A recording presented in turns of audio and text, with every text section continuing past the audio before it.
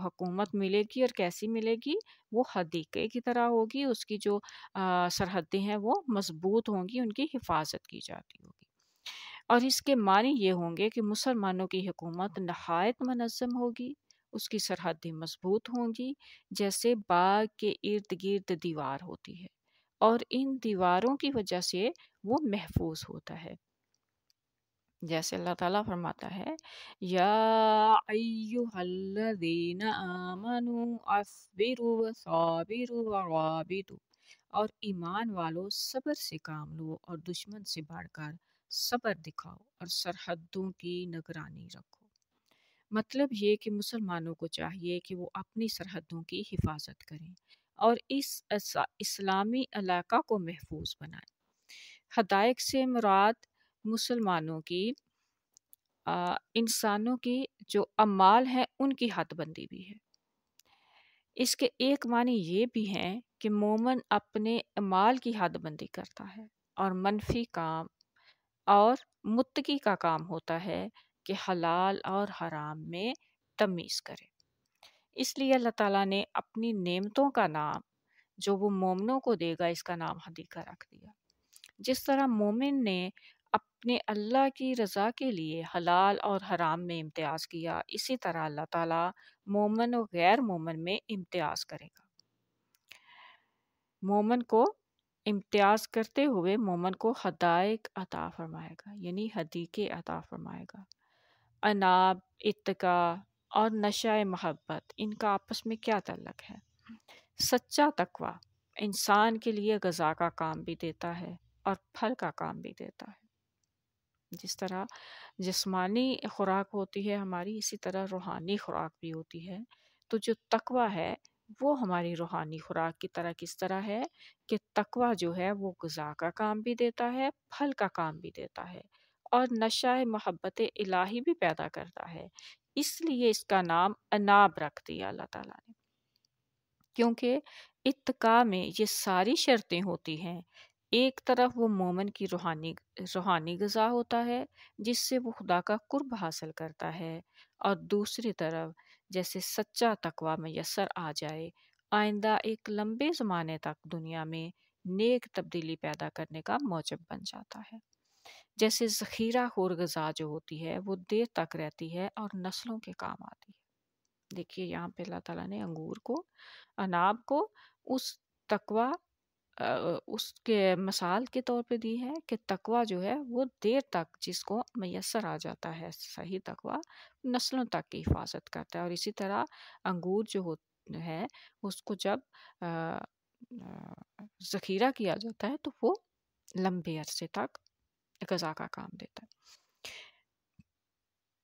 جیسے اینب میں سے شراب نکلتی ہے، اسی طرح تقوی کے ذریعے محبت الہی پیدا ہوتی ہے۔ جیسے شراب جو ہے وہ انسان کو شراب پی کر انسان مست ہو جاتا ہے، معذرت، نہ نقصان کا ڈر ہوتا ہے نہ خیر کی خواہش، بس شراب کی مستی میں بغیر کسی خوف اور لالچ کے وہ ایک رستے پر چل پڑتا ہے۔ اسی طرح جب کسی شخص کے دل پر محبت الہی غالب آ جائے تو اس نشہ میں وہ ایسا چور ہوتا ہے کہ نہ تو دوزخ کی ڈر ہوتا ہے جس کی وجہ سے خدا سے تعلق رکھتا ہے، نہ جنت کی لالچ اسے نیکیوں پر آمادہ کرتی ہے، بلکہ وہ خدا سے محض خدا کی رضا کے لیے محبت کرتا ہے۔ نہ دوزخ سے بچنے کی خواہش رہتی ہے نہ جنت حاصل کرنے کی، بس ایک ہی خواہش کہ خدا کی محبت مل جائے۔ اس تقوی میں ایسی مستی، بس تقوی جو ہے وہ ایسی مستی پیدا کر دیتا ہے جیسے اناب سے تیار کی ہوئی خمر انسان کو، شراب جو ہے وہ انسان کو مست بنا دیتی ہے۔ حضرت جنید بغدادی رحم اللہ سے ایک دفعہ سوال کیا گیا کہ آپ جب اللہ تعالیٰ سے ملیں گے تو اسے کیا کہیں گے؟ انہوں نے کیا خوبصورت جواب دیا کہ میں تو قیامت کے دن اللہ تعالیٰ سے یہ کہوں گا کہ خدایا مجھے نہ جنت کی خواہش ہے نہ دوزخ کا خوف ہے، میں تو یہ چاہتا ہوں کہ تم مجھے جہاں رکھنا چاہتا ہے وہاں رکھ دے، اگر دوزخ میں ڈالنا چاہتا ہے تو ڈال دے، اگر جنت میں لے جانا چاہتا ہے تو جنت میں لے جا، مجھے تو بس تیری رضا کی ضرورت ہے۔ سبحان اللہ۔ یہ مستی ہی کی علامت ہے کہ ایک ہی غرض سامنے رہے کہ میرا محبوب مجھ سے راضی ہو جائے۔ غرض اناب کا ذکر اس لیے کیا گیا کہ اناب ہی وہ پھل ہے جو پینے کے کام بھی آتا ہے، میوے کے کام بھی آتا ہے اور خشک کر کے غذا کے طور پر بھی استعمال ہوتا ہے۔ اس لیے پس یہاں پر انگور کی خاص طور پر مثال دی گئی ہے۔ قرآن کریم نے مثال کے طور پر یہاں پر خاص طور پر جو انگور کو چنا ہے کہ ایمان کی بھی یہی مثال ہوتی ہے کہ وہ بشاشت بھی بخشتا ہے، لذت بھی اور طاقت بھی۔ اسی طرح تینوں چیزیں تقویٰ میں پائی جاتی ہیں کہ وہ غذا بھی ہے، ذخیرہ خور غذا بھی اور عشق الہی بھی پیدا کرتی ہے۔ لیکن شراب انسان کی عقل پر پردہ ڈال دیتی ہے، جبکہ یہ نشہ عقل کو تیز کرتا ہے۔ البتہ یہ مشابہت پائی جاتی ہے کہ جس طرح شراب انسان کو مست بنا دیتی ہے، اسی طرح تقویٰ اور ایمان کی وجہ سے انسان اللہ تعالیٰ کی محبت میں مست ہو جاتا ہے۔